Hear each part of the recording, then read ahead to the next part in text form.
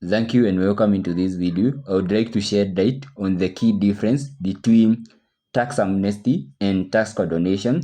So when we come to tax amnesty, in most cases, for you to be given tax amnesty or to be waived from to receive this offer, you are supposed to first clear the principal tax, and after clearing your principal tax, you can be waived for the penalties and interest and also fine which have been accruing for the principal tax which you were not paid. But when we come to the tax condonation, this is more specific and more granular. So tax condonation is not time bound. So in this scenario, you can be waived from paying the principal tax liability, and also you can be waived the penalties and interest, and also fine which was accruing from that tax penalty. So that is the key difference.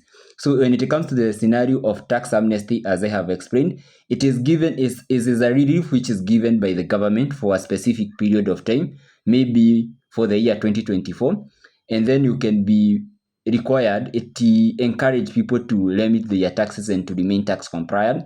So you are required to pay the principal tax which you are owing to the revenue authority, and then you'll be waived all the penalties and interest and fines which are correlated to that liability. But tax condonation, it can be used to offset your tax liability and also penalties and fines, interest and fines, when you can be able to explain to the revenue man, why didn't you do the required remittance of the tax liability to the revenue authority, and now you can be cordoned, and it encourage more people to become tax compliant as they are cordoned from the previous tax liability, and now they can start a fresh clean. So that is the core difference without a lot of stories. That is the core difference between tax amnesty and tax condonation. So that is what I wanted to share with you.